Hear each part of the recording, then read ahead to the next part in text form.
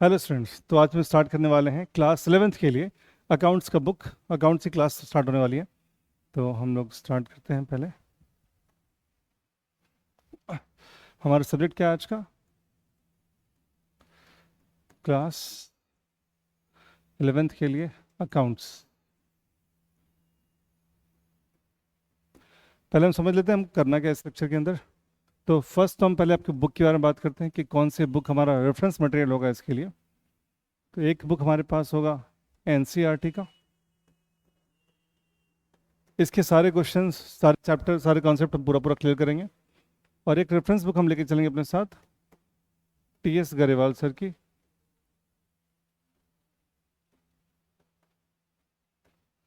इसके अलावा मैं कुछ आपको अपने नोट्स भी दूंगा, जिसमें कुछ अगर एडिशन करना होगा मुझे, या कुछ शॉर्ट नोट्स जो लास्ट मोमेंट पर रिवीजन करने काम आएंगे आपके, वो इसके अंदर रहेंगे। कुछ क्वेश्चंस रहेंगे जो हमको एग्जाम के जस्ट पहले रिवाइज करना है, क्योंकि सारे सारे क्वेश्चन करना हमारे लिए पॉसिबल होगा नहीं। तो वो इंपॉर्टेंट क्वेश्चंस जो एग्जाम के पहले आपको रिवाइज करके जाना ही जाना है, लास्ट डे एक दिन पहले 2 दिन पहले, वो हम आपको अलग से निकाल के देंगे। और इसके अलावा फिर हम अपने पास करेंगे कुछ टेस्ट जो हम चैप्टर वाइज लेते रहेंगे। ये हमारा मटेरियल हो जाएगा, ठीक है। फिर हम स्टडी करेंगे कैसे। तुम्हारा एक काम तो बुक का हो गया, पहले हम क्लास में पढ़ेंगे, फिर हम इसके लिए आपको थोड़ा बहुत होमवर्क देंगे, फिर हम होमवर्क सॉल्व करने के लिए आपको डाउट सेशन देंगे, जहाँ सब अपने अपने डाउट्स पूछ सकते हैं हर चैप्टर के बाद। फिर हम टेस्ट का डिस्कशन करेंगे।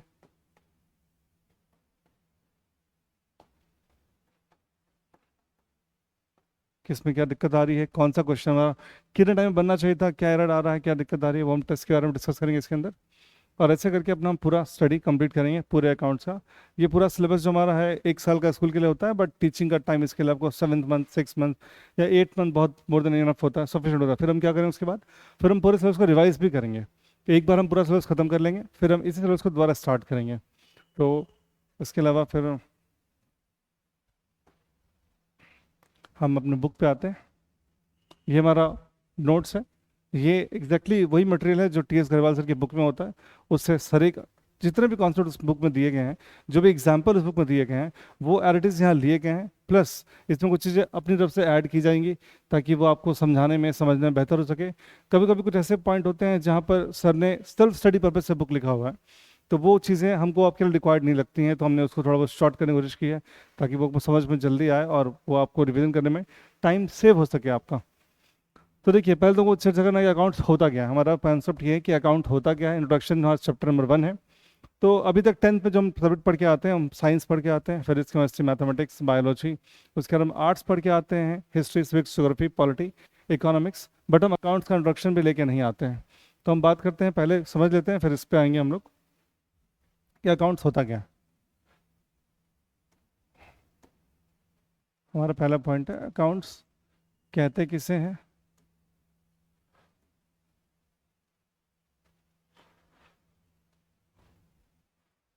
अब हम बात करें अकाउंट्स कहते किसे हैं। ये अच्छा,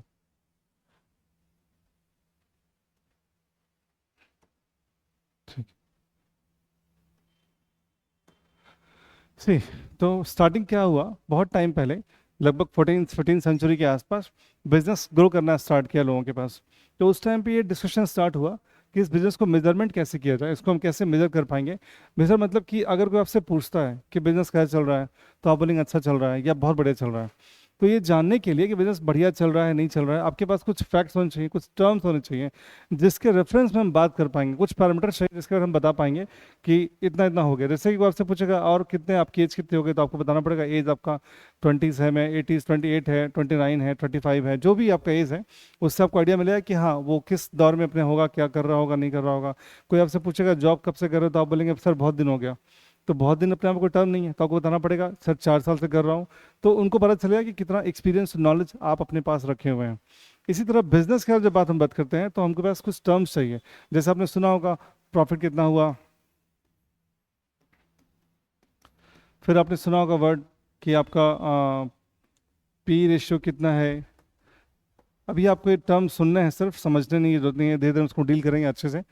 तो ऐसे कई सारे टर्म्स हमको चाहिए थे, तो कई सारे लोग इसको डिस्कशन कर रहे थे। लेकिन इसी बीच में 16th सेंचुरी के अंदर इटली में मिस्टर लूका पैसियोली थे।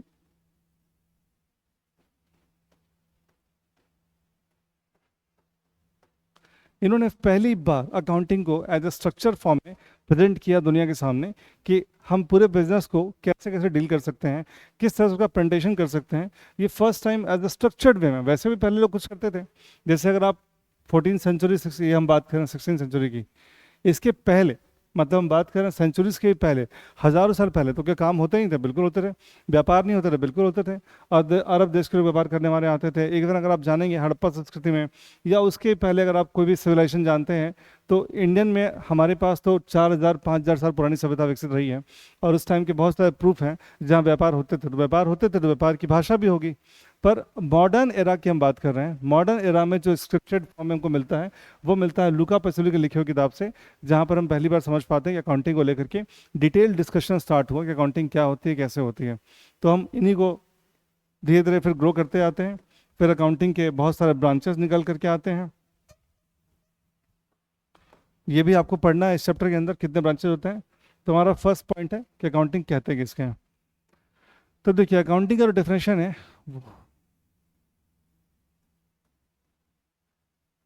इसको ध्यान से देखिए आप। अगर इसके अंदर तो एक वर्ड आता है अ, और एक है काउंटिंग। तो काउंटिंग का एक तरीका अपने आप में है जिसको हम अकाउंटिंग कहते हैं। अब कैसे इसको हम डिफाइन करेंगे? इसके अंदर कई सारे टर्म हैं, कई सारी चीज़ें हैं जो हमको ध्यान रखनी होंगी। तो पहली बात यह है कि हम इसका नीड सोचते हैं कि हमको ज़रूरत क्यों पड़ रही है हमको फिलहाल। मान लीजिए आप बिजनेस चला रहे हैं, आपने कोई बिजनेस स्टार्ट किया, ये आपका शॉप है, और आप मिस्टर राम है, और आपने बिजनेस स्टार्ट किया यहाँ पर। तो बिजनेस के दौरान क्या हुआ कि इसमें दो तरह के काम होते थे। जो एक्सपेंसेस थे, ये कुछ पर्सनल एक्सपेंस भी हो जाते थे और कुछ बिजनेस एक्सपेंस भी होते हैं। मैं एग्जांपल देता हूँ आपको। जैसे कि इसी शॉप के थ्रू आपका जो भी घर चलता है, सब काम होता है। आप खुद इसके ओनर हैं। तो मान लीजिए शॉप के अंदर आपने दिन भर में 10,000 रुपये की परचेजिंग की, और आपका जो सेल हुआ वो करीबन 12,000 रुपये का सेल हुआ। तो 2,000 रुपये आपके पास बच गए। अब अगर लोग ये समझ लें कि 2,000 रुपये मेरा प्रॉफिट हो गया, तो ये गलत इन्फॉर्मेशन अपने आप में है। क्योंकि ये सेल एग्जैक्ट वैल्यू, अभी इसमें बहुत सारे खर्चे और भी हैं, वो लेस करने पड़ेंगे। जैसे दिन भर वहाँ बैठने के लिए आपने वो रेंट पे जगह ली होगी, वो रेंट, उसमें कोई स्टाफ होगा, उसकी सैलरी, कोई बिजली का बिल, ये सब भी खर्चे मेंटेन करने पड़ेंगे। उनको घटाने के बाद अगर कुछ बचता है तो प्रॉफिट आएगा, वरना फिर ये प्रॉफिट का सही फिगर नहीं आ रहा है। इसीलिए इन सब को डील करने के लिए अकाउंटिंग एक लैंग्वेज बन के आता है, और हम उस लैंग्वेज को देखते हैं डेफिनेशन वाइज, हम बुक में क्या दिया गया। स्टार्ट करते हैं। हमारा क्या क्या पढ़ना हम आगे समझेंगे। पहले आपको डेफिनेशन पे लेके जाता हूँ कि अकाउंटिंग कहते हैं किसे हैं। डेफिनेशन बहुत सारे हैं। जो डेफिनेशन हम पढ़ने वाले हैं वो फिलहाल हम ये पढ़ने वाले हैं। ये क्यों पढ़ने वाले हैं वो भी समझ लीजिए आप। क्योंकि, चलिए हम डिस्कस करते हैं बाद में। ये इसलिए पढ़ने वाले हैं क्योंकि एक बॉडी है जिसका नाम है AICPA। ये यहाँ पर लिखा है इसका नाम। इन्होंने डिफाइन किया है बॉडी को कि भाई, जैसे हर इंस्टीट्यूट, हर कम देश के अंदर अकाउंटिंग की अलग से एक बॉडी है। हमारे देश के अंदर कौन सी बॉडी है? ICAI बॉडी है, institute of chartered accountant of India एक बॉडी है। तो वैसे ही अमेरिका में एक बॉडी है AICPA। और ये बॉडी अमेरिका के अंदर जितने भी अकाउंटिंग स्टैंडर्ड्स होते हैं, या अकाउंटिंग कोई नॉर्म्स नए आते हैं, तो उनको वो डील करती है और वो सर्टिफाई करती है कि ऐसे ऐसे अकाउंटिंग हमारे यहाँ होनी चाहिए। तो इनका ही दिया हुआ फॉर्मूला, ये डेफिनेशन है जो वर्ल्ड वाइड एक्सेप्टेड है फिलहाल। और भी डेफिनेशन इसके अंदर हो सकते हैं, वो भी हम देखने वाले हैं, बट ये हमको पूरा पूरा लर्न करना है। इसको हमको एग्जैक्टली लर्न कर लेना है, ठीक है। तो पहले लाइन इसके अंदर क्या आती है?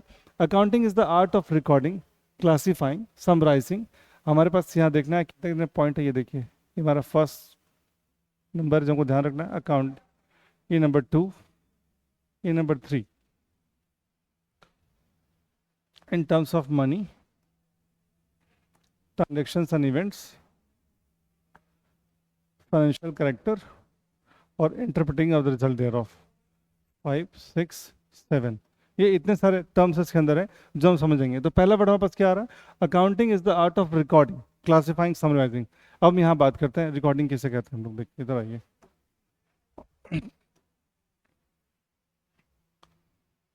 हमको यहाँ बात करनी है रिकॉर्डिंग के बारे में।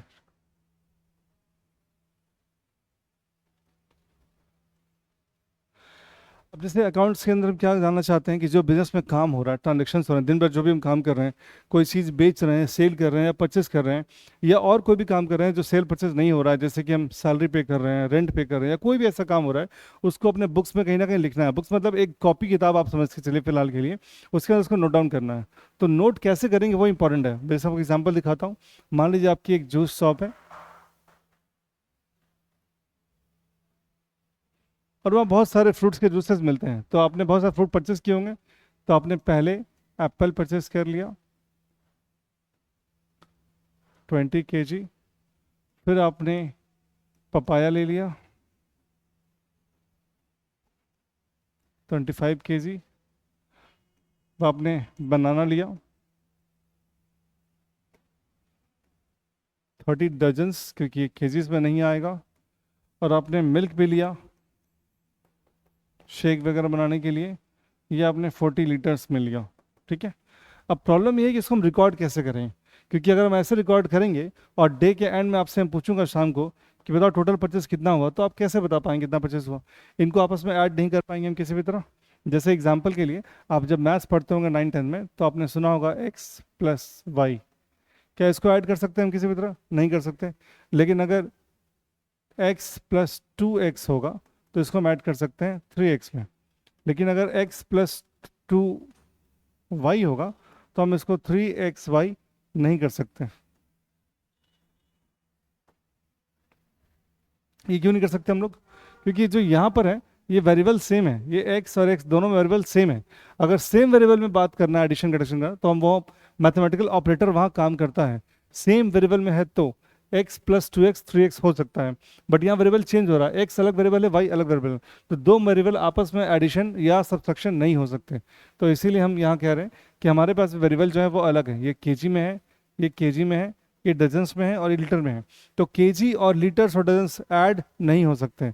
इसीलिए हमको रिकॉर्ड करने के लिए एक प्रॉपर वे चाहिए कि इसको रिकॉर्ड कैसे किया जाए। तो इसलिए हमने कहा इसको रिकॉर्ड करने के लिए एक तरीका हमने निकाला, और वो तरीका है कि इसको मनी के रूप में अगर कन्वर्ट कर देते हैं, अगर इसको मनी के रूप में कन्वर्ट कर देते हैं तो इस सब का वेरिएबल एक ही हो जाएगा। फिर हम इसको आसानी से ऐड कर पाएंगे। मैं एग्जांपल दिखाता हूँ। मान लीजिए 20 kg एप्पल जो हमने लिया है, इसका जो रेट है वो 100 रुपये के आसपास है। तो यहाँ वेरिएबल कितना हो जाएगा टोटल, यहाँ वैल्यू कितनी आ जाएगी इसकी? 2000 और क्या आ जाएगा? रुपीस। ठीक है। अब ये पपीता हमने जो लिया है वो 50 रुपये kg है, तो यहाँ आ जाएगा 1250 रुपीस। अगर अपने बनाना जो लिया है ये भी अगर आपका 100 रुपीज़ है तो ये हो जाएगा 3000 रुपीज़। और फिर अगर यहाँ हम लीटर में जो लिया है, ये अगर 50 रुपये लीटर है तो ये आ जाएगा 2000 रुपीज़। अब इसको हम ऐड करेंगे फाइनली, तो 2 2 4 3 7 और 1 8,250। नाउ ये एडिशन पॉसिबल है। अब हम कह सकते हैं कि हमारा दिन भर का आज का परचेज कितना है? 8,250 रुपये का परचेज है। तो ये हमारी बात कर रहे हैं रिकॉर्डिंग। हम रिकॉर्ड कैसे करेंगे? तो रिकॉर्ड हम ऐसे करेंगे। पहली बात, अभी और इसके अंदर चीज़ें सीखनी है, लेजर्स कैसे बनते हैं, जर्नल कैसे, वो सब सीखेंगे हम। बट फिलहाल आप समझिए कि रिकॉर्डिंग ऐसे नहीं की जा सकती है। रिकॉर्डिंग करने के लिए क्या करना पड़ता है? एक मनी टर्म का हेल्प लेना पड़ता है। मनी के रूप में कन्वर्ट करने के बाद ही हम उसको एक कलेक्टिवली एक जगह रिकॉर्ड कर पाएंगे, तो वो हम इसे रिकॉर्ड कर पाते हैं। ठीक है। दूसरा वर्ड हमारे पास था समराइजिंग, और सॉरी क्लासिफाइंग। इसमें हम बात ये करते हैं क्लासिफाइंग में कि जब बहुत सारे ट्रांजेक्शन अपने पास रिकॉर्ड कर लेंगे, जैसे कि आपने दिन भर में 20 कस्टमर्स को सेल किया, तो आपने सेल के लिए बहुत सारी एंट्री की, है ना। आपने राम को सेल किया कुछ भी 1,000 रुपये का। फिर आपने बीच में कोई वेंडर आपके पास आता, आपने कुछ परचेस कर लिया, तो आपने किसी वेंडर से, मिसेस XYZ से आपने 50,000 का परचेज कर लिया। फिर आपने कुछ देर बाद किसी को सैलरी पे कर दी। इसी बीच में आपका लैंडलॉर्ड आ गया, तो आपने उसको रेंट पे कर दिया। फिर आपको सेल करने के लिए कुछ कस्टमर आए, तो आपने मिस्टर X को 10,000 रुपये का सेल किया। और ऐसे ट्रांजेक्शन्स लगातार हो रहे हैं दिन भर के अंदर, तो इकट्ठे कलेक्टिवली अगर एक ही बुक में हम लिखते चले जाएंगे बहुत सारी चीज़ों को, तो अगर उसके बाद मैं आपसे पूछूंगा कि दिन भर का सेल कितना है, तो आपको ना क्या करना पड़ेगा, ढूंढना पड़ेगा। अब ढूंढना पड़ेगा, अच्छा एक बार सेल यहाँ है, एक बार सेल यहाँ है, एक बार सेल यहाँ, और सब फिर मिला के ऐड करना पड़ेगा। तो इसलिए बेटर वे क्या है इसके लिए कि हम इसको क्या करेंगे, अलग अलग सेगमेंट में बांट लेंगे, क्लासीफाई कर लेंगे। कैसे? हमने एक अलग से यहाँ बुक लिख लिया कि जो सेल वाली होती है अच्छी ट्रांजेक्शन्स, उसको हम यहाँ 1 2 3 4 ऐसे करके लिखते जाएंगे। अब अगर ऐसा मेंटेन करते जा रहे हैं, ऐसे ही हमने और क्या कर लिया, परचेस के लिए बना लिया। अब हम यहाँ भी ऐसे ही 1 2 3 4 5 6 लिखते चले जाएंगे। अब इसमें बेनिफिट क्या होगा हमको कि अगर डे एंड पर या एट द टाइम कभी बीच में अगर हमको चाहिए कि भाई मेरा टोटल सेल कितना है, तो हम यहाँ पर इसको एक बार में ऐड करके निकाल सकते हैं। टोटल परचेस कितना है तो हम यहाँ एक बार में ऐड कर निकाल सकते हैं।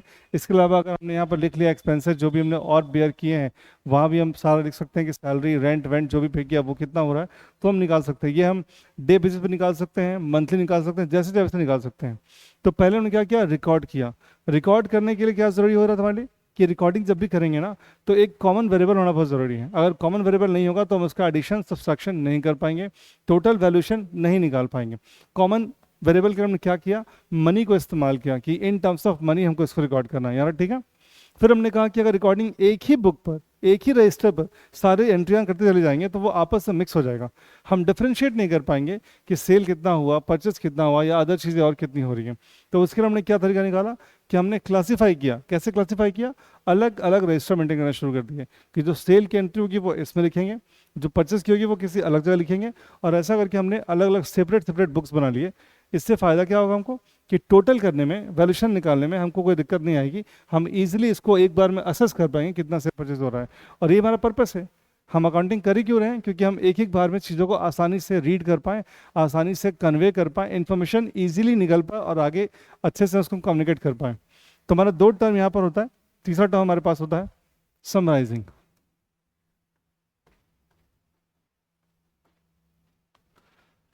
ठीक है। अब देखिए, आपके टर्म में समझते हैं इसको, है ना। अकाउंटिंग छोड़िए, 10th तक आप जब पढ़ाई करते थे, तो आप जब स्कूल जाते थे, तो जो क्लास में बताया जा रहा था आप उसको क्या करते थे, नोट डाउन करते थे। जो भी क्लास में मैडम आपको बताती थी आप उसको नोट डाउन करते थे, ठीक है। ये नोट डाउन का जो प्रोसेस है ना, इसी को हम बोलते हैं रिकॉर्डिंग। इसको हम क्या बोलते हैं, रिकॉर्डिंग। इसके अलावा हम फिर नेक्स्ट क्या करते थे, नोट डाउन जब करते थे हम लोग, तो क्या वो एक ही रजिस्टर से नोट डाउन करते थे, नहीं। हम क्या करते थे, सेपरेट सेपरेट अलग अलग बनाते थे, सेपरेट रजिस्टर्स बनाते थे।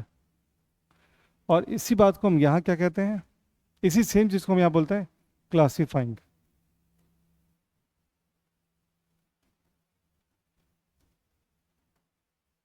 क्लासीफाइंग, इसको क्या बोलते हैं हम लोग, क्लासीफाइंग।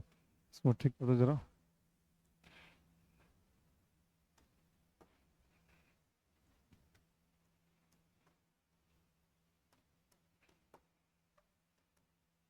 ठीक है। अब इसके बाद हम क्या करते हैं, ये तो बुक्स था आपके पास पढ़ने के लिए कि हम, अब रिकॉर्डिंग ट्रांजेक्शन के बाद हमको एक और चीज़ इशू आती है कि ऐसे करके ना वेरियस लेजर्स बन जाते हैं, बहुत ज़्यादा वेरियस। ये जो अलग अलग हम हेड्स बना रहे हैं, सेल परचेज अलग जो हम हेड्स बना रहे हैं, उसको हम अकाउंटिंग लैंग्वेज में बोलते हैं लेजर्स।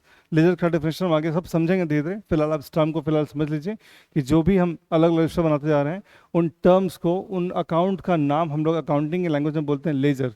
तो ऐसे बहुत सारे अकाउंट्स क्रिएट हो जाएंगे, बहुत सारे रजिस्टर बनते चले जाएंगे, और फिर आपसे पूछूंगा मैं, एक काम करो, टोटल कितना मेरे पास फाइनली कन्वर्ट ट्रांजेक्शन हुए उसका एक समरी बना के दो। क्योंकि ऐसे तो हम हर एक रजिस्टर खोलेंगे तब पता चलेगा ना कि सेल इतना हुआ, परचेज इतना हुआ। तो हमको इकट्ठा एक पेज पे चाहिए लिखा हुआ, तो हमने एक पेज पे यहाँ लिखा हुआ लिया। यहाँ हमने लिखा सेल कितना हो रहा है, परचेज कितना हुआ, एक्सपेंस कितना हुआ। अब इसके अंदर बहुत डिटेल सीखना है हमको, एक्सपेंस का डायरेक्ट एक्सपेंस क्या होता है, इनडायरेक्ट एक्सपेंस क्या होता है, वो हम बाय द टाइम सीखते जाएंगे। अभी आप समझिए कि जो अलग अलग मेंटेनेंस हमने किया रजिस्टर का, अलग अलग लेजर्स हमने बना रखे हैं इकट्ठे, उन सब का जो फाइनल वैल्यू बच रहा है, उन सब का जो लास्ट वैल्यू बच के आ रहा है टोटलिंग करने के बाद, वो हम इकट्ठा एक पेज पर नोट डाउन करते हैं और इसको हम बोलते हैं समरी। इसको क्या बोलते हैं हम, समरी। इस प्रोसेस को क्या बोलते हैं हम लोग, समराइजिंग। तो हमने पहले क्या किया, रिकॉर्डिंग। जो भी ट्रांजेक्शन दिन भर में हमारे पास हो रहा है, हमने सेल किया, परचेस किया, कोई सामान बेचे, खरीद, जो कुछ भी हमने किया उसको हमने पहले अपने यहाँ नोट डाउन करना शुरू किया, जो आप बचपन में करते थे नोट डाउन। उस प्रोसेस को हम क्या बोलते हैं, रिकॉर्डिंग। फिर हमने क्या किया, रिकॉर्डिंग होने के बाद वो एक ही जगह एक ही रजिस्टर पे अगर एक के बाद लिखते चले जाएंगे तो वो बहुत हौच-पौच या बहुत हैफज़र्ड मैनर में रिकॉर्ड हो जाएगा। इसीलिए उसको clean and neat and clean matter में रिकॉर्ड करने हमने क्या किया कि ट्रांजेक्शन्स का नेचर देख करके, उसका वैरायटी देख करके उसको अलग अलग करना शुरू किया कि जो सेल के ट्रांजेक्शन्स हैं, अब दिन में 20-25 बार सेल हो रहा है, कोई 10 बजे, कोई 12 बजे, कोई 5 बजे, उसके 10 और 12 के बीच में और भी चीज़ें वहाँ हो रही हैं, तो वो ना एक सेल पहले आएगा, फिर 10 एंट्री के बाद फिर एक और सेल आएगा, फिर 20 एंट्री के बाद एक और सेल आ जाएगा। तो हमने इन सारे सेल्स वाले सेम नेचर को इकट्ठा करके एक जगह कर लिया। इस प्रोसेस को हमने क्या नाम दिया, हमने कहा रिकॉर्डिंग के बाद अब हम उसको क्या कर रहे हैं, क्लासीफाई कर रहे हैं, मतलब अलग अलग मेंटेन करना शुरू कर रहे हैं ताकि हमको एक बार में किसी पर्टिकुलर लेजर के बारे में जानकारी मिल सके। अब ऐसा करके हमने जब स्टार्ट किया तो बहुत सारे अलग लेजर क्रिएट हो गए, बहुत सारे अकाउंटिंग रजिस्टर मेंटेन हो गए। तो फिर हमने कहा कि इसको ना एक बार में समरी ले आते हैं कि सब रजिस्टर के अंदर बैलेंसेस कितने कितने हैं। जैसे कि अगर किसी ने बोला कि सेल मेरा 2 लाख रुपए का है, तो ये टोटल 2 लाख रुपए हमने निकाल कर रख लिया। अब कोई इसका डिटेल जानना चाहता है, 2 लाख कैसे कैसे बताओ, किसको इसको सेल किया, क्योंकि 2 लाख के अंदर कुछ लोग पैसे दे गए होंगे और कुछ लोग बिना पैसे दिए गए होंगे, उधार में गए होंगे, यानी ये कुछ कैश में भी होगा, कुछ क्रेडिट में भी होगा। तो हमको जानने का मन हो सकता है, इच्छा हो सकती है कि भाई क्रेडिट वाले कितने सेल्स इसके अंदर है, कैश वाले कितने सेल्स अंदर है। तो ऐसा कुछ भी इंफॉर्मेशन जानने के लिए हमको क्या करना पड़ेगा, हमको जाके सेल रजिस्टर जो ने बना रखा था ना, उसको खोल के देखना पड़ेगा। वहाँ हमको डे बाय डे का, पूरे दिन भर का या पूरे साल का जो भी हमारा टाइम पीरियड हम लेना चाहते हैं, पूरा एग्जैक्ट रिकॉर्डिंग मिल जाएगा। किस दिन किस आदमी को कौन सा माल बेचा, उसकी कितनी वैल्यूएशन हुई थी, वो कैश में था, क्रेडिट में था, वो पूरा डिटेल हमको वहाँ मिल जाएगा। और अगर इकट्ठा चाहिए तो वो कहाँ मिल जाएगा, समरी में एक साथ मिल जाएगा हमको। तो 3 टर्म हमारे पास हुए हैं, पहला याद रखिए रिकॉर्डिंग, फिर क्या हुआ क्लासीफाइंग, फिर क्या है समराइजिंग। तो accounting is the art of, यहाँ आइए, accounting is the art of recording, recording, classifying, summarising. ये 3 वर्ड आपको क्लियर हुए कि अकाउंटिंग का क्या मतलब होता है, आर्ट क्या होता है हम समझेंगे। मतलब कोई भी चीज़ करने की जो हुनर है, जो एक तरीका है, उसको हम आर्ट बोलते हैं। जैसे सिंगिंग आर्ट है, डांसिंग आर्ट है, पढ़ाई लिखाई में हैंड राइटिंग अपने आप एक पार्ट है। तो ये भी क्या है, एक तरह का नोट डाउन करने का तरीका है, बिजनेस को एक्सप्रेस करने का तरीका है, बिजनेस का लैंग्वेज भी इसको हम बोलते हैं। Accounting is called the language of business also. तो accounting is the art of recording, classifying and summarising. ये 3 वर्ड क्लियर है, इन अ सिग्निफिकेंट मैनर।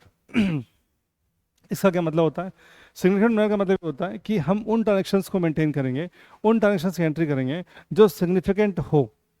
सर जो नॉन सिग्निफिकेंट होगा उसका क्या मतलब होता है, बताता हूँ क्या मतलब होता है। देखिए एग्जाम्पल के लिए आप यहाँ आइए, यहाँ देखिए, अब रिलायंस कंपनी की हम बात कर रहे हैं।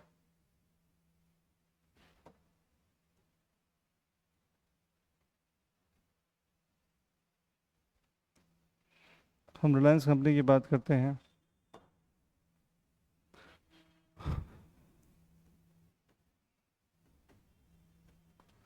तो इनका जो कैश प्रॉफिट है वही हजारों करोड़ रुपए का है। मतलब फॉर एग्जांपल हम लेके चल रहे हैं कि 20,000 करोड़ ये इनका प्रॉफिट है। तो आप सोचिए इनका सेल्स कितना होगा, बहुत ज़्यादा होगा। प्रॉफिट जो नेट प्रॉफिट आता है वो 10% या 20% मैक्सिमम हो सकता है। तो अगर 20,000 करोड़ का इनका प्रॉफिट है तो 2 लाख करोड़ का सेल्स होगा। अब उसके लिए इतने लंबे चौड़े ट्रांजेक्शन्स के अंदर बहुत छोटी मोटी आइटम, अगर मान लीजिए 1.5-2 रुपये का आइटम कोई आता है, वो मिस हो जाता है, तो वो हमारे लिए इनसिग्निफिकेंट है। तो नहीं, मेरा कहना मतलब ये नहीं कि उस रेशियो में निकालना है। डिसाइड कैसे होगा, तो डिसाइड ऐसे होता है कंपनी के नेटवर्थ को, कंपनी के बिजनेस के लेवल को देखते हुए हम डिसाइड करते हैं कि हमारे यहाँ कौन सी चीज़ इनसिग्निफिकेंट हो सकती है। फॉर एग्जांपल, मैं जिस कंपनी में जॉब करता था, गवर्नमेंट जॉब में, वहाँ पर रूल था कि 10,000 से नीचे का कोई अगर एसेट है, 10,000 से नीचे कोई एसेट है, तो उसको राइट ऑफ करने के लिए कुछ हम लोग को अलग से मतलब कुछ ट्रांजेक्शन की आवश्यकता नहीं पड़ती थी, हम डायरेक्टली राइट ऑफ कर सकते थे उसको। और अगर 5,000 से भी नीचे का आइटम है 5,000 से भी नीचे का आइटम है अगर, और ऐसा कोई स्टेटमेंट हमको ऑडिट में निकल करके आता है कि भाई ये आइटम छूट गया था या फिर ये एंट्री गलत हो गई है, तो इसके ऊपर कोई एक्शन नहीं लिया जा सकता है, क्योंकि ये सिग्निफिकेंट नहीं था। मेरी कंपनी का टर्नओवर तकरीबन 12,000 करोड़ रुपए का था, तो इतने बड़े टर्नओवर के लिए 5,000 2,000 रुपये कोई मायने रखता नहीं है। मतलब ये जानबूझ के नहीं करना आपने, बट हाँ अगर वो सिग्निफिकेंट नहीं है तो इट इज़ ओके। पर सिग्निफिकेंट जो भी चीज़ें हैं वो हर हाल में रिकॉर्ड होनी चाहिए, वो हर तरह से रिकॉर्ड होनी चाहिए, हमको ध्यान रखना पड़ेगा। तो हमारा पॉइंट यहाँ पर ये था कहने का कि सिग्निफिकेंट मैनर जो लिखा वर्ड हमने यहाँ पर, ये आपको ध्यान रखना है। ये सिग्निफिकेंट मैनर है कि जो भी हम करने वाले हैं वो कैसे करेंगे, सिग्निफिकेंट मैनर में करेंगे। तो पहला क्या करेंगे, recording, classifying, summarising in a significant manner. ठीक है, जैसे अब आप सब में से ही आपको जो सबका घर का फैमिली का इनकम लेवल अलग अलग होता है। कुछ बच्चे ऐसे भी आ सकते हैं जिनके लिए 100-200 रुपये बिल्कुल इनसिग्निफिकेंट है, वो आराम से किसी भी काम में खर्च कर सकते हैं। कुछ बच्चों के लिए वो मायने रखता है, किसी के लिए 10 रुपये 2 रुपये इनसिग्निफिकेंट होते हैं। बट अगर आप किसी को भिखारी को भीख देने जाएंगे अगर, तो आई एम नॉट एनी मतलब मेरा कुछ नेगेटिव वर्ड्स नहीं है किसी के खिलाफ, बट उनके लिए वो सिग्निफिकेंट है, उनके लिए 10 रुपये भी बहुत इंपॉर्टेंट है, बट आपके और मेरे लिए शायद ना हो। तो ये सिग्निफिकेंस का मैटर डिपेंड करता है कंपनी के लेवल के हिसाब से, कंपनी के ग्रोथ के हिसाब से। यहाँ आते हैं हम इन टर्म्स ऑफ मनी। ये सीखा आपने कि रिकॉर्डिंग क्लासिफाइंग कैसे करना है, वो इन टर्म्स ऑफ मनी करना है, क्योंकि अगर मनी के टर्म्स में नहीं करेंगे तो कोई कॉमन वेरिएबल नहीं मिलेगा, और कॉमन वेरिएबल नहीं मिलेगा तो उसको फाइनल समेशन हम नहीं कर पाएंगे, इसीलिए इन टर्म्स ऑफ मनी करेंगे। अब यहाँ एक इंपॉर्टेंट टर्म आता है और वो आता है हमारे पास transactions and events.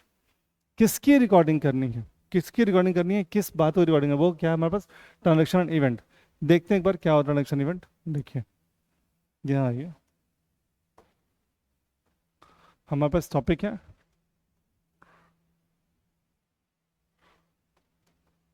Transactions and events. अब इसके अंदर दो बातें हैं। पहला देखिए, एग्जाम्पल समझते हैं। आप मान लीजिए अपने शॉप में बैठे हैं, बिजनेस कर रहे हैं, तो आपने सेल परचेस किया, वो आपने जानबूझ के किया या अपने आप सेल हो जाता है। आपने शटर बंद रखा है, सब कुछ बंद है, अपने आप सेल होता है, ऐसा नहीं होगा। आपने इंटेंशनली शटर ऑन किया होगा, इंटेंशनली दुकान को सजाया होगा ताकि लोग आए और आकर के कुछ गुड्स आपके यहाँ से परचेस करें। तो ट्रांजेक्शन जब भी होगा ना, उसके अंदर आपका इंटेंशन शामिल होगा। आप चाहते होंगे तो ट्रांजेक्शन हो रहा होगा, अगर आप नहीं चाहेंगे, आप दुकान बंद करके बैठ जाएंगे, तो क्या हो जाएगा, इंटेंशन नहीं होगा, तो सेल अपने आप नहीं हो जाएगा। तो ट्रांजेक्शन्स में, सेल में, परचेज में जो भी हम करना चाहते हैं वो आपका इंटेंशन के बाद ही हो पाएगा, सुओ मोटो अपने आप नहीं हो सकता। बट इवेंट को ध्यान से देखिए, आप आपके दुकान में बोरे में आटा रखा था, ये गेहूँ रखा था, ये चावल रखा था, चूहे ने बोरी काट दी और आपका अच्छा खासा नुकसान हो गया। क्या आपकी इंटेंशन थी वहाँ पर? क्या आप चाहते थे कि हाँ मेरा नुकसान हो जाए? नहीं, आप नहीं चाहते थे। या दुकान में किसी की चोरी हो जाए या कोई फायर का नुकसान हो जाए, फायर की वजह से बहुत सारा आग लग जाए, तो इवेंट्स में हमारा कोई इंटेंशन नहीं होता, हम नहीं चाहते कि घटनाएं घटें, ऐसे कुछ भी। नॉर्मल घटना होगी अलग बात है, पर नॉर्मली हमारा उसमें कोई इंटेंशन नहीं होता है, तो इसमें हमारा इंटेंशन शामिल नहीं होता है। दूसरा एक टर्म आता है हमारे पास, कंट्रोल। ट्रांजेक्शन्स पे हमारा पूरा पूरा कंट्रोल होता है कि आपको सेल करना है तो करें, नहीं करना है तो ना करें। जैसे कोई शॉप रात 9 बजे तक बंद हो जाता है, उसको उसके आगे सेल नहीं करना है। बट अभी जोमेटो पर में तो कई सारे शॉप ऐसे हैं जो 12-1 बजे रात तक डिलीवरी कर रहे होते हैं, कुछ तो शॉप सुबह तक कर रहे होते हैं। तो उनका कंट्रोल है, वो चाहते हैं तो करें, चाहते हैं तो ना करें। लेकिन क्या चोरी पे या आग लग जाने पे या चूहे या किसी और से लीकेज हो जाने पे आपका कंट्रोल है? सी कंट्रोल आप कह सकते हैं कि हम सिक्योरिटी मेजर्स ले सकते हैं, बट फिर भी ये कंप्लीटली कंट्रोल तो नहीं है कि आपने अगर ताले लगवा दिए हैं तो चोरी कभी होगा नहीं, सीसीटीवी लगा है तो कुछ होगा ही नहीं, ऐसा तो नहीं कह सकते हम लोग। इसीलिए यहाँ पर कंट्रोल होता है और यहाँ कंट्रोल नहीं होता है। तो ये बेसिक डिफरेंस है ट्रांजेक्शन इवेंट्स के अंदर। ये बुक में लिखा हुआ नहीं है, इसलिए आपको मैंने डिटेल में एक्सप्लेन कर दिया। आप कोई भी एग्जाम्पल लेके सोचिए, जैसे कि आप घर से यहाँ पढ़ने के लिए आए हैं और आपने रास्ते में ऑटो को पैसे दिया और यहाँ तक आए, ये ट्रांजेक्शन है, आपने अपनी इच्छा से किया। आप चाहते तो नहीं भी आ सकते थे, लेकिन अगर आप रास्ते में अपना पर्स गुमाते हैं या आपका पर्स किसी ने चोरी कर लिया, तो ये ट्रांजेक्शन नहीं है, क्या है, इवेंट है। इवेंट पे कैसे? क्योंकि इस पर कंट्रोल नहीं है, ये आपके इंटेंशन में नहीं था। तो जब हम अकाउंटिंग के एस्पेक्ट में बात करते हैं तो क्या कह रहे हैं हम लोग, जब रिकॉर्डिंग करेंगे तो हम ट्रांजेक्शन्स एंड इवेंट्स दोनों को रिकॉर्ड करेंगे। कंडीशन बहुत फिक्स है। कंडीशन क्या है कि मनी टर्म्स में ही रिकॉर्ड करना है।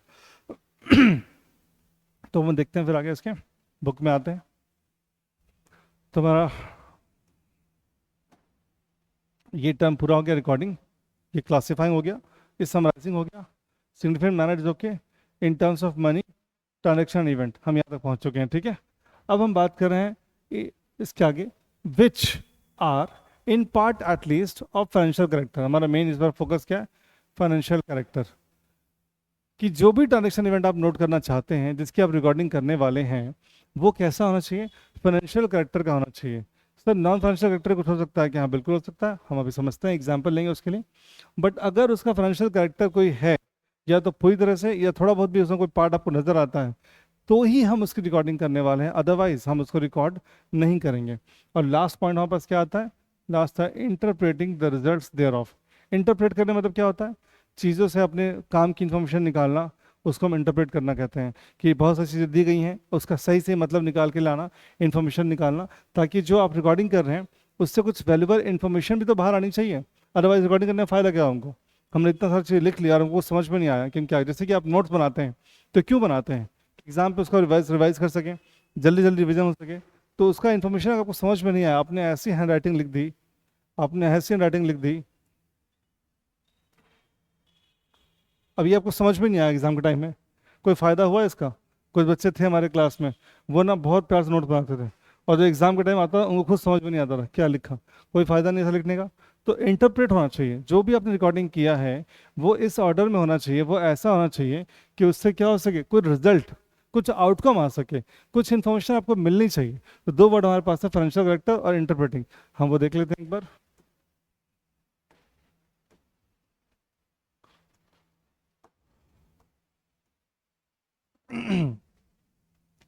फाइनेंशियल करेक्टर की पहले बात करते हैं।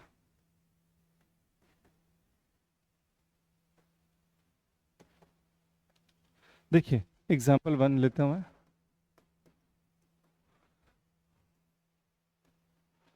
Loss by fire. क्या इसका फाइनेंशियल करेक्टर है, कैसे पता लगाते हैं, क्या इसको मेजर कर पाएंगे। हाँ इसका मेजर कर पाएंगे। मान लीजिए मेरे पास 100 kg का स्टॉक मेंटेन था, आग लग जाने के बाद, जो मेरा नुकसान होने के बाद, अब मेरे पास सिर्फ 20 kg का स्टॉक बचा हुआ है, तो 80 kg का क्या हो गया, मेरा लॉस हो गया। आप इजिली मिस कर पा रहे हैं, 100 kg का स्टॉक था, 20 kg लेफ्ट, तो क्या हो गया, लॉस ऑफ 80 kg स्टॉक। आप आराम से इसकी वैल्यू निकाल पाएंगे, कोई दिक्कत नहीं है, इसका एक फाइनेंशियल कैरेक्टर है, आराम से आ जाएगा। लेकिन अगर मैं चेंज कर दूं एग्जांपल, यहाँ देखिए, हर बिजनेस के अंदर कोई की पर्सन होता है, जिसको हम बोलते हैं KMP, की मैनेजर पर्सन। अगर आप छोटा बिजनेस स्टार्ट करते हैं ना, तो आपके यहाँ एक स्टाफ ऐसा होगा जो कि बहुत ज़्यादा इंपॉर्टेंट, जैसे कि एग्जांपल के लिए मान लीजिए आपका शेफ है, आपका रेस्टोरेंट बिजनेस है, और वह आपका शेफ है, ये आपके लिए क्या है, KMP, की मैनेजर पर्सन है। इसका जो टेस्ट है, ये जो स्पीड से खाना बनाता है, ये जो वैरायटी ऑफ डिशेस तैयार करता है, उसके दम पे बिजनेस को हम ग्रो कर पाते हैं। किसी वजह से ये शेफ मेरा चला जाए 2 डेज के लिए, तो मुझे लॉस होगा, द आंसर इज यस, कि हमें लॉस होगा। लेकिन क्या वो लॉस आप रिकॉर्ड कर पाएंगे, तो आंसर इज नो। आपको नहीं पता कितना लॉस हुआ, क्योंकि आप ये गारंटी नहीं ले सकते कि अगर वो शेफ आज आया होता तो 1 लाख या 10,000 का सेल होता, ऐसा कुछ गारंटी नहीं है, ऐसा कुछ फिक्सेशन ऑफ प्रॉफिट नहीं है कि इतना होना ही चाहिए था, ऐसा होता नहीं। तो हम मानते हैं कि नहीं हो। दूसरा, अगर शेफ चला गया और यहाँ नया शेफ आ गया, नया शेफ आ गया, तो भी हम ये नहीं कह सकते हैं कि जो उस कस्टमर को, जो इसके इसके टेस्ट के आदी थे, वो इसके टेस्ट को अकोमोडेट कर पाएंगे ईजिली। इसमें थोड़ा टाइम लग सकता है, और अगर टाइम लगता है तो उस टाइम में क्या होगा, आपका सेल कुछ दिनों के लिए डाउन हो जाएगा। पर वो कितना डाउन होगा, ये एग्जैक्ट मेजर कर पाना संभव नहीं है, वो एग्जैक्ट फाइनेंशियल करेक्टर उसके मेंटेन नहीं करता है। इसलिए इस लॉस की हम रिकॉर्डिंग नहीं कर पाएंगे, even though it is a loss, ये कन्फर्म है कि लॉस होने वाला है, बट हम इसको रिकॉर्ड नहीं कर पाएंगे। तो हमारा पास पॉइंट ये था फाइनेंशियल करेक्टर वाला,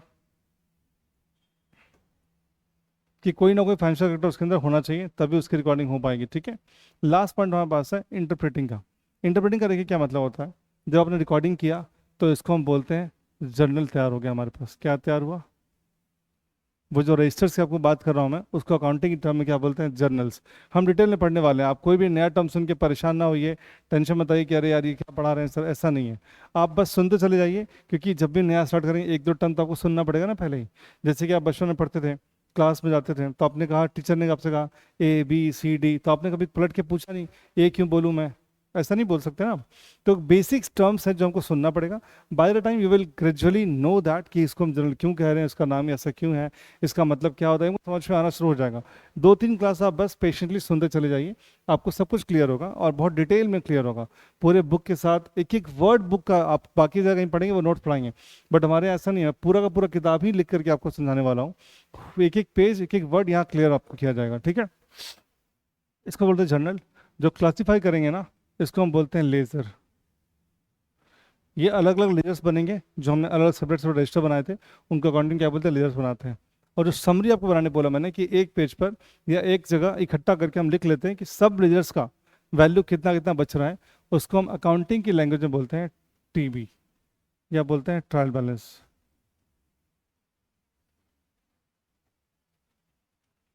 ये भी आप सब समझेंगे बहुत डिटेल में। ये सब बनने के बाद फाइनली इसके बाद हमारे पास दो अलग से और चीज़ें निकल के आती हैं। एक हमारे पास होता है प्रॉफिट एंड लॉस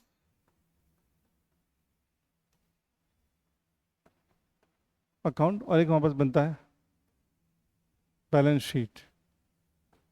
ये पूरा लिख देता हूँ भाई,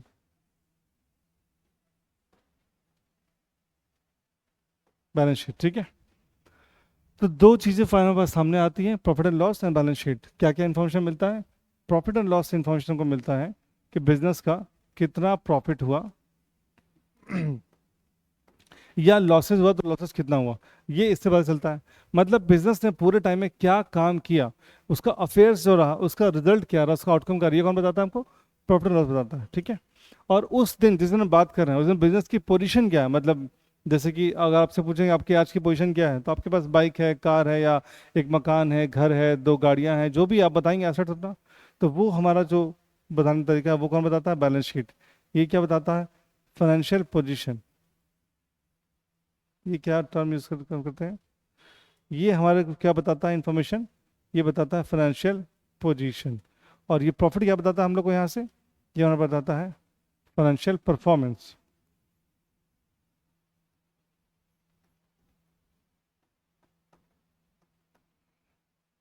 फाइनेंशियल परफॉर्मेंस, वो क्या बताता था? Financial position. ये बता रहा फाइनेंशियल परफॉर्मेंस। तो फाइनली हमारे पास पूरी इन्फॉर्मेशन जितनी चाहिए थी उतनी आ गई। देखो, पहला टर्म रिकॉर्डिंग था जिससे हम जनरल बनाते हैं, फिर क्लासीफाइंग है जिससे हम लेजर बनाते हैं, फिर समरी निकाल के हम ट्रायल बैलेंस क्रिएट करते हैं, लास्ट में फिर हम क्या देखते हैं कि सिग्निफिकेंट मैनर में जो होना चाहिए, कोई भी चीज़ हम रिकॉर्ड नहीं करने लग जाएंगे। कैसे करेंगे? इन टर्म्स ऑफ मनी करेंगे। किन को रिकॉर्ड करेंगे? ट्रांजेक्शन एंड इवेंट्स को रिकॉर्ड करेंगे। कौन से वाले? जिनका थोड़ा बहुत भी at least, which are in part at least क्या हो, फाइनेंशियल कैरेक्टर होना चाहिए। और लास्ट में इन सब को करने का मतलब क्या बनता है अगर कोई रिजल्ट निकल के नहीं आता है तो लास्ट में लिखते हैं and interpreting the result thereof. और उसको हम क्या करें? इंटरप्रेट कर पाए। तो हमको डेफिनेशन रटना है, हमको डेफिनेशन याद करना। देखो बच्चे, आप कितना भी समझ लीजिए, कितना बच्चे से इसको रिकॉल कर लीजिए, बट एग्जाम में जब आप जाएंगे तो आपको अगर जो चीज़ लिखनी है वो लिखनी है, उसका कोई ऑप्शन नहीं है कि हम उसको बिना लिखे काम चला लें। तो आपको ना ये रट के जाना ही पड़ेगा हर हाल में। तो मैं ना इसको एक बार क्लियर करता हूँ। देखिए, आप पूरा एक मिनट साथ साथ बोलिए। Accounting is the art of recording, classifying, summarizing, recording, classifying, summarizing in a significant manner, and in terms of money, transaction and events which are at least part thereof, financial character, and interpreting the results thereof. तो ये आपको पूरा learn करना है। ये हमारा एक definition खत्म होता है यहाँ पर कि अकाउंटिंग क्या कहते हैं, किसको कहते हैं। बाकी हम इसके अंदर डिटेल में भी और समझेंगे। अलग जो टर्म आ रहे हैं, प्रॉफिट क्या कहलाता है, बैलेंस शीट क्या कहलाता है, प्रॉफिट लॉस क्या होता है, इन सब टर्म पे हमको डिटेल में अभी लेक्चर्स लेनी है, क्लासेस करनी है। अगला जो चैप्टर इसका आएगा उनमें सिर्फ टर्म्स के ऊपर ही पूरा एक चैप्टर है। जो जो टर्म्स हमको इस्तेमाल करने हैं वो पूरा टर्म हमको एक्सप्लेन करना है। बट अभी हम बस ये जानना चाह रहे हैं अकाउंटिंग होता क्या है, अकाउंटिंग का नीड क्या है। अभी फिलहाल का हमारा पर्पस ये है कहने का,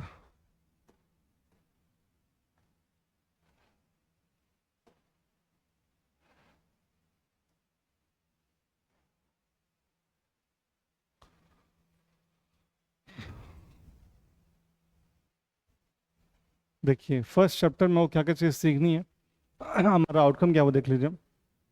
मीनिंग एंड डेफिनेशन सीखना है हमको।